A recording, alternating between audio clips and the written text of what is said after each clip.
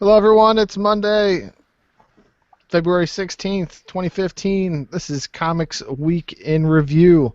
I'm Steve McGauley, editor-in-chief of TMStash.com. With me is Ed Garrett and Joseph Gagel. Mr. Marvel, Mr. DC, Mr. Everything Else is on a plane going on a trip for business, so he couldn't join us tonight. So it's just the three amigos. How are we doing tonight, guys? Doing great. Not bad. I wish Nick could be here. There's a lot of fun stuff to talk about, and I know stuff that he was geeking out over this week. So without further ado, let's get to the big news of the week. And the big news was, well, Marvel and Sony teaming up, and Spider-Man is coming to the Marvel Universe. And Joe, I will let you elaborate on all the details of that transaction.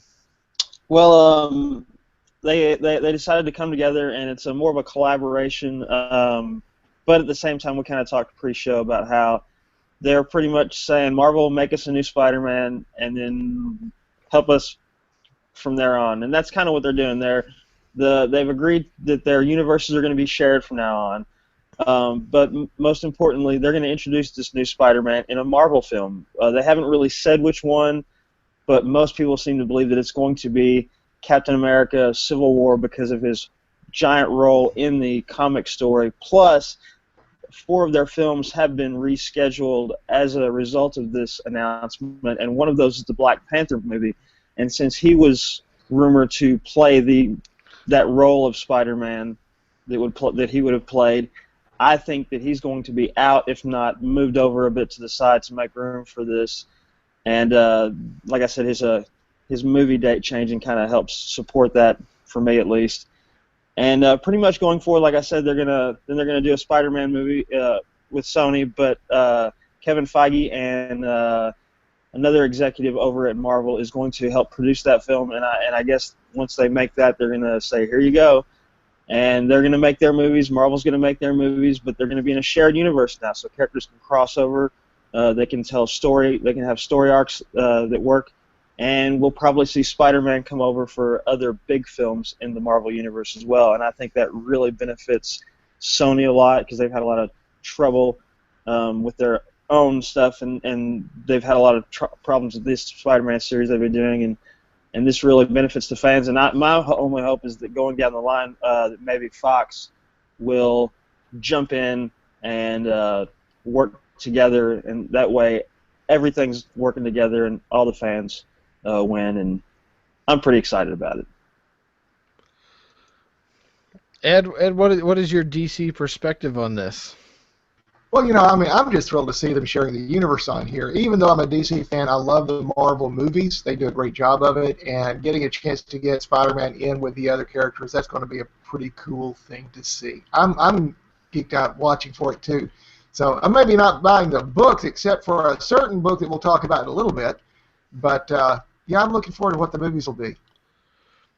Yeah, like I said, the biggest news, and I didn't even know till pre-show talking to Joe about this, that they chose to share the universe back and forth. So, and the other big thing that surprised me is that they did it for free. There was no cash transaction or any transaction done between the two studios outside of an agreement to share properties.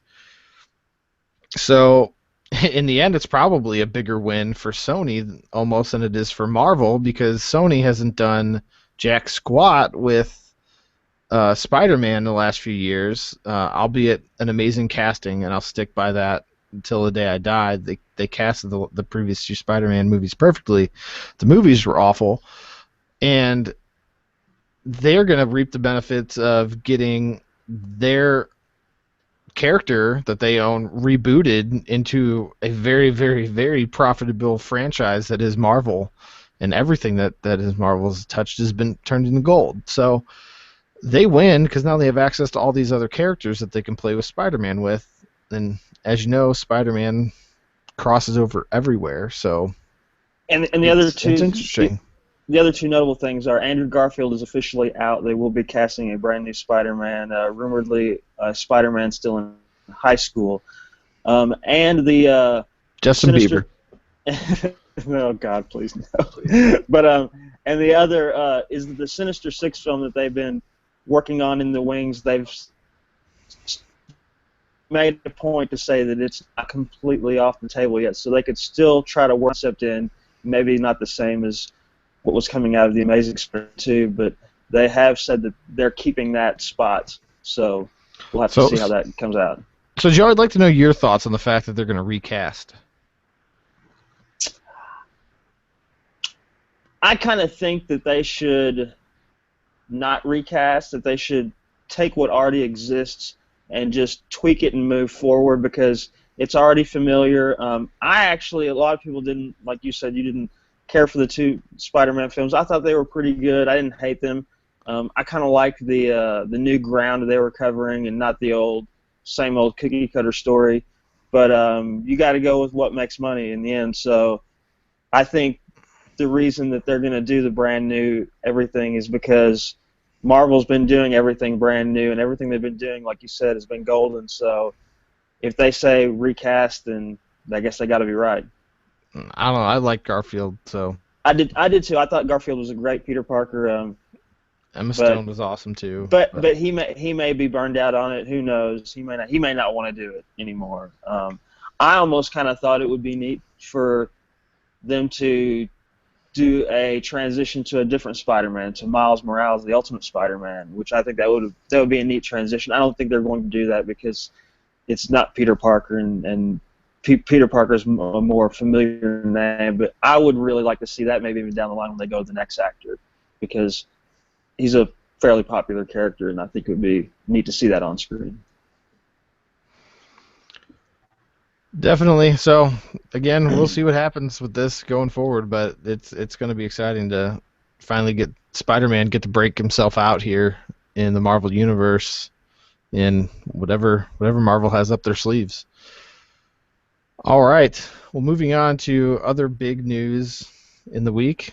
There's much big news, but there are some great comics. There are some really good, and I know, Ed, you talked about a couple of them on the DC Corner, and one that I was looking forward to reading, and the Harley Quinn Valentine's special. And that was absolutely awesome.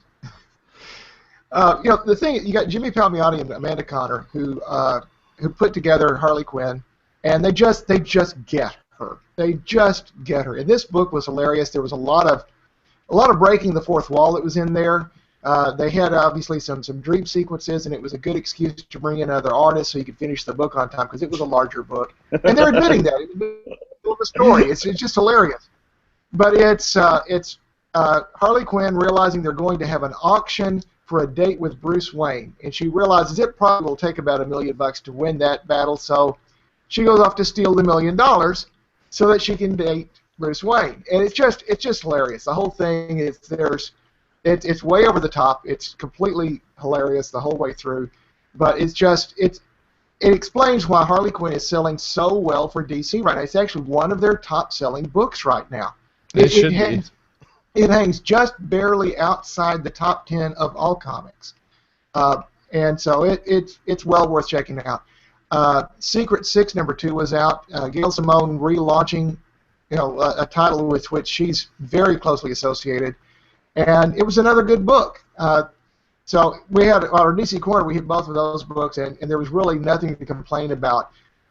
Both stories are excellent. They've really put an interesting twist with Secret Six because they were all captured and in some weird container buried underneath the sea. They found a way to resolve that part of it, but they're certainly nowhere near out of danger, so it's a great story again. There were a couple interesting things in some other books that we didn't get to in the DC Corner. Future's End, they're building this weird dome over Manhattan, and when Hawkman goes to attack the dome trying to get through, you see several different versions of him. It's like almost every version that he's ever been over time, drawn all the way back to his Golden Age version, and he's crying out the name of his wife who has not existed in the New 52. Carter, or Qatar Hall and Shiera, it's only been him. And he's crying her name as he's devolving and fading out of existence. So that was an interesting little twist, and you see some flashes to the other worlds there. Superman comes back on the scene, and we're nearing the end game for Future's End. Batman Eternal, we're finally getting to who may be the real big bad on this one.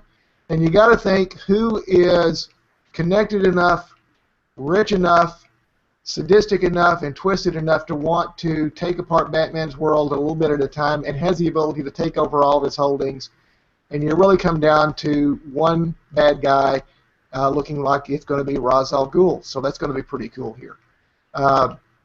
The Infinitus Saga is going over in JLU with all the Legionnaires, which I'm geeking out about.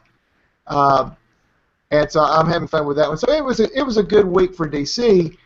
After me complaining for several weeks about them sort of coasting, they actually had several books that were really good this week. So I was pretty happy with DC this week. It was a good week. And I got that Harley book, and I really enjoyed it. Probably the most thing I enjoyed about it the most was how she doesn't know he's Batman, but he knows who she is, and so I like the dynamic that created, and I don't know this as much, but I did not know that she was in a different city, that she wasn't in Gotham anymore. I found that to be quite interesting.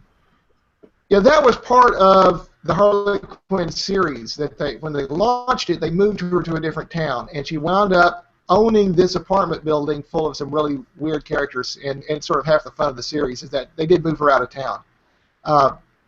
But yeah, the sequence where she's sliding down the bat pole, that just got me. That was hilarious. Yeah, it was good. It's definitely going to have me looking at her regular series now. Yeah. Oh yeah. So it's got me going for it too, and we're hoping to try to talk to the creative team there at some point in the next few months. So keep your fingers crossed. What's your peanut gallery over there saying, Ed? He's the intern. He's the intern. Yeah, I couldn't hear him right now because I got these in, so it's just as well. Although I will tell you, both of us highly recommended the book. Yeah, definitely check that out. You guys cover some of that stuff. It's pretty good. So check out DC Corner for more on that. But what else happened in DC World this weekend? Anything? That was the big stuff from DC. When we got over to the Indies, one of my favorite books came out this week, and this is Conan Red Sonja, where they're teaming up. It's actually two publishers, too. Dark Horse and Dynamite are together because Dark Horse handles Conan the Barbarian. Red Sonja is by Dynamite. And you also have Jim Zub, who's a great writer, teaming with Gail Simone, who's my favorite writer. And it is absolutely awesome. The first issue had the meeting for the first time. This one has a meeting again several years later in their careers. It includes some other characters from both mythologies. And it's just an excellent series. Divinity's out from Valiant, which is an odd series for them, and I like it. It's a Soviet cosmonaut who was sent off in the 60s, has come back. Of course, the Soviet Union no longer exists. He no longer exists as he was. He's gained almost godlike powers, and it looks to be a really cool series. And then for the all-ages side, y'all know I've been a big fan of Princeless for a long time. Jeremy Whitley writes this. He was nominated for an Eisner for this. He did get multiple Glyph Awards for it. And he's got a new volume called Princeless, the Pirate Princess, coming out. And this is one of those books where I actually had a chance to see over Twitter earlier this week a guy asking for recommendations for his soon-to-be 6-year-old. This is a book I'd recommend for anybody starting out reading comics, and actually, I'd recommend it for anybody. You don't have to be a kid to enjoy this book, and it's one of the better books I've seen. I wouldn't be surprised to see this one up for a few awards as well. Awesome. They're always doing good work. Can't say enough good things about them. Yep. No doubt. But why don't we jump over to Marvel real quick here? Because Marvel's where it was at for me this week. I'll try to keep it quick. or not. Let's dive into the meat and bones of it. Let's start off with this. What was better this week, Guardians or Vader? I'm going to go with Vader. This book had a story and a topic that I've thought about a lot over the years, and that is what happens when you're the only survivor of the Galactic Empire's biggest military debacle. the Death Star explodes, and you're the only guy left to say, well, sorry. So I mean, that was to me. I always wondered, the dark side's, kind of, it's obviously it's dark. They don't tolerate failure too much. You see how much Vader treats failure with his own men throughout the film. So you kind of wonder, well, what's in store for him when he goes back to say, well, I kind of screwed that one up, boss. So that was a pretty neat, and not only that, but it was neat to see him in the very opening. He walks into Jabba's palace, much like Luke does in Return of the Jedi. I think they kind of did that on purpose. Goes in there and has a pretty interesting conversation with Jabba the Hutt, who mistakenly calls him a Jedi, and jokes with mind tricks, and that kind of makes Vader angry, and he pretty much straightens him out by saying, "We don't use mind tricks, we use Force." Got it? And he's like, got it. And the other really neat thing we see is that we see where the Emperor asks him before sending him on his mission. He goes, "Is there anything else I need to know?" And we see a few pages of him flashback to the instances with Luke in the recent past, and recognizing his own old lightsaber, and he goes, "Nope, nothing you need to worry about, boss." So he's got his own little ulterior motives going on. He wants to discover who this young boy is, because obviously there's a lot of recognition there. And it was a great issue, as every bit as good visually and written as the Star Wars book going on right now.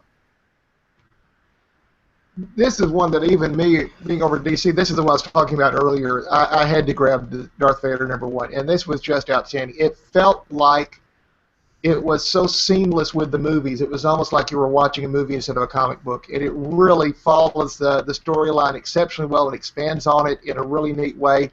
I was just absolutely in love with this book. I thought it was awesome. I mean, the way that they're kind of mixing it in. I mean, anyone with any interest in Star Wars can go and pick this up and read it and enjoy it.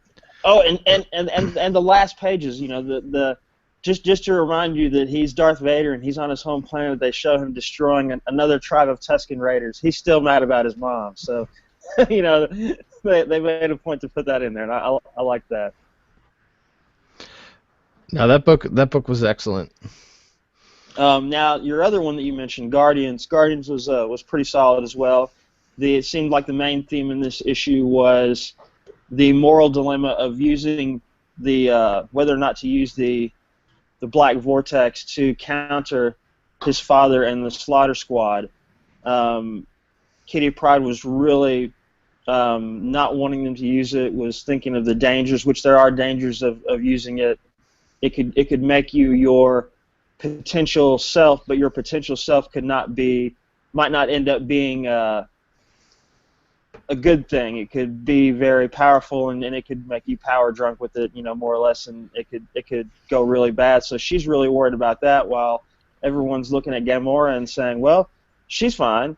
So and it looks like by the end of the book we see Gamora just grab the mirror and just flashing on everyone, and now everyone is a super powered version of themselves heading into the next chapter, which will be the legendary Star-Lord, and we'll talk about that later on.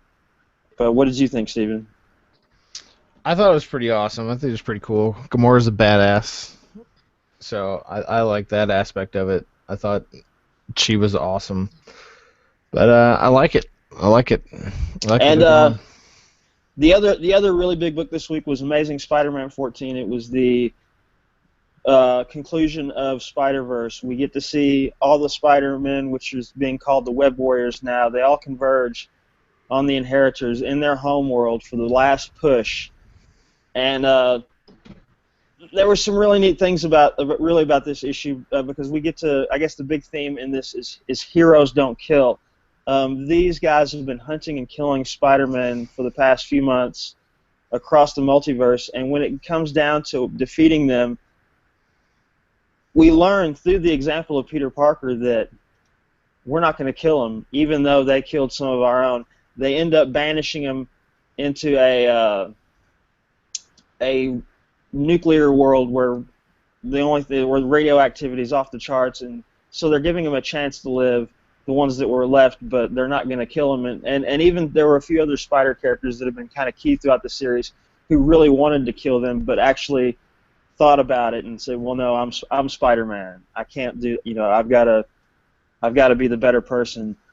And so we get to see some of that. And another neat thing to come out of this was in her tie-in book, Spider-Woman. She, at the end of her little book, she quit the Avengers. She went up to Steve Rogers, Old Man Rogers as they call him in the books now, and she said, I've got to quit the Avengers. I want to live a somewhat normal life. She wants to do more of the street crime, instead of these world events. She wants to live a more personal life. And in her next issue, she's going to get a brand new outfit and a makeover. So that should be really neat for Jessica Drew moving forward. And oh yeah, the other really big thing in the Spider-Verse book was Superior Spider-Man. Now we all know that in his issue, in his runs, he loses to Peter Parker, and the Peter Parker that's leading the Spider-Verse is his future self defeated. He has already discovered this, and while everyone's kind of fighting the Inheritors, he takes an easy wild card, and he kills the what's called, I guess, the web bloomer, the guy that's been spinning the web of destiny this whole time. He kills the guy who's been writing all of this, which even the Inheritors are like, you're mad, you've undone everything now. So I think in an attempt to secure his future as the Superior Spider-Man, he made this move, and it looks like that either he's going to return to lose, or that coming into this big multiverse event that is Secret Wars, we may actually see the return of the Superior Spider-Man. So to me, that was kind of a neat caveat thrown in there, because I was a huge fan of him and would love to see him return in some capacity. Awesome. Sounds fun. If anyone knows what's going on with 50 different Spider-Men. And Thor came out this week, and it continued to be as good as it has been. We're slowly checking off list of people who could be Thor. Even Thor himself is starting a list and checking off names of people that it could be, and so far none of us know who it could be. I'm trying to think. That was about it pretty much as far as the highlights of Marvel went this week. Cool. Short week. Lots of good stuff, though. I mean, it sounds like there wasn't a lot happening, but there was a lot happening. So, anything else we have this week? Any big news? The IDW has had some big news for this week. It is unfortunately no news, and that is, you may know there's a West Coast port strike, or it's a slowdown, a purposeful slowdown, because there's been a contract negotiation going on between the dock workers and the ports since the last contract expired June 30th. And as a result, they're doing a purposeful slowdown. It's messing everything up. Like, hey, you okay there, Joe? Goodness. Gives us a thumbs up. Yeah, we'll give. Yeah. Wrong pipe, sorry. He appears to be alive, but it's affecting automobile plants, everything else, but it's affecting IDW. All their books for February 18th are on a boat somewhere in the Pacific trying to get to port. So there's absolutely nothing coming from IDW this week, which has got to be devastating for the publisher. You imagine taking an entire week out of your month, which is already a short month. That's going to be a big blow. But the rest of the guys do have their books coming out. I'd be interested to see what their numbers are here this week versus the week where they shipped their books, to see how many people moved to digital in wake of the books going away. I'd be interested to see how much it actually flips. That would be interesting. But now I'm sure more people bought digital that normally wouldn't have bought digital that are hooked into their series. I'm not sure that they went digital because they didn't release any of their previews this week. They didn't release any of their review copies this week, so they may have just held everything off. I don't know. No Doberman? What? Yeah. Yeah, right? Yeah. Give me my Doberman. Yeah, there you go. If you want to go to what's coming out, though, this week, DC... Let's move there. DC has Batman Robin 39, which continues the Robin's Got Superpowers story. Batgirl 39, Batman Superman 19, World's End, Justice League 39, which concludes the Amazovirus. That's been a pretty good story. There is Future's End continuing, Superman and Wonder Woman continuing the Magog storyline, Wonder Woman 39 continuing the Donna Troy storyline where she is taking over as Princess of Themyscira. And then there's a multiversity book called Multiversity Masterman. This is where, I think they've done a story like this before, where Superman landed in Nazi Germany, became Overman, and helped the Nazis to win. And then there's the Freedom Fighters led by Uncle Sam, who actually is a Golden Age superhero, who are fighting against him. Over at Dynamite, they're continuing their Kingfisher Syndicate salute with Mandrake the Magician #1. Red Sonja 100 is out, which is going to be a huge issue with a lot of folks in there, like Roy Thomas is writing a story, Gail Simone is writing a story. There's several great books in there. Solar is out, Twilight Zone is out, and the Black Bat Omnibus by Brian Buccellato, which was a great run, being collected in one huge volume. Image has Bitch Planet #3, which is Kelly Sue DeConnick, and this is a pretty awesome series if you haven't checked this one out. In their reality, any woman who's deemed to be non-conforming or just inconvenient is shipped off to a prison planet that's called Bitch Planet. I got to tell you, it's a good series. I'm enjoying it. They also have Invincible #117. They've got Ninth Generation, which spins off of Aphrodite 9. Lazarus is out this week. MPH is out this week. Savage Dragon's out, a new series called Secret Identities, which this looks to be really good. And I think Nick will go for this one as well. It's where a superhero group's out there and a mole has been put into the organization to find out everything about the heroes so that some secret organization of bad guys can take them down. Walker out, The Valiant, Unity is out. Boom has another Jim Henson book out, Dark Crystal.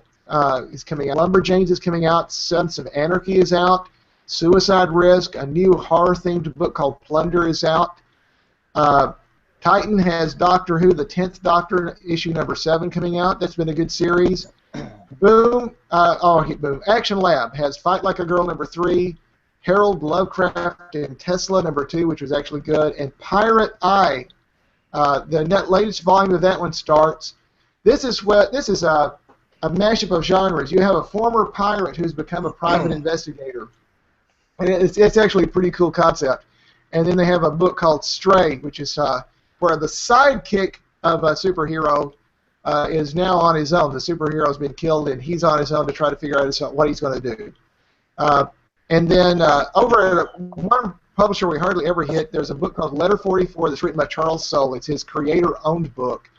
And Letter 44 is about we're going through 8 years of a bad presidency where it seemed like the president was throwing a whole bunch of defense money needlessly and nobody understood why. And he left a letter for the next president that explained the reason why, that aliens actually exist and they are building some fantastic structure just outside the solar system and they don't know why. So it's a really good series. Letter 44 #14 is out this week. And that's sort of a quick cap of a whole bunch of books that are coming out this week from the indies. Sweet. Big week. Yep. Joe, what do we have coming out for Marvel next week? This week. Yeah, got a pretty big week too. New Wolverines, new Uncanny X-Men, which has been really good lately.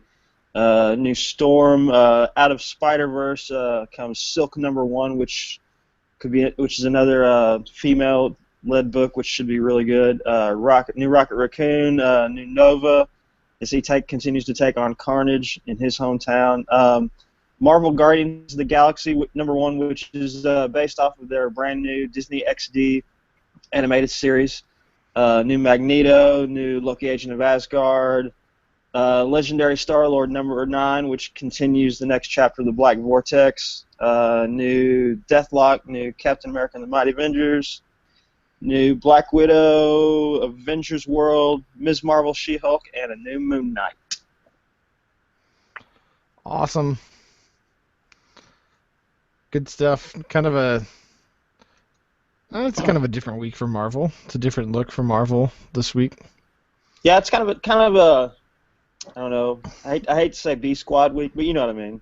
Kind Yeah, I of. was gonna say it's kind of the off week. Yeah, there's a couple of big titles, but mostly.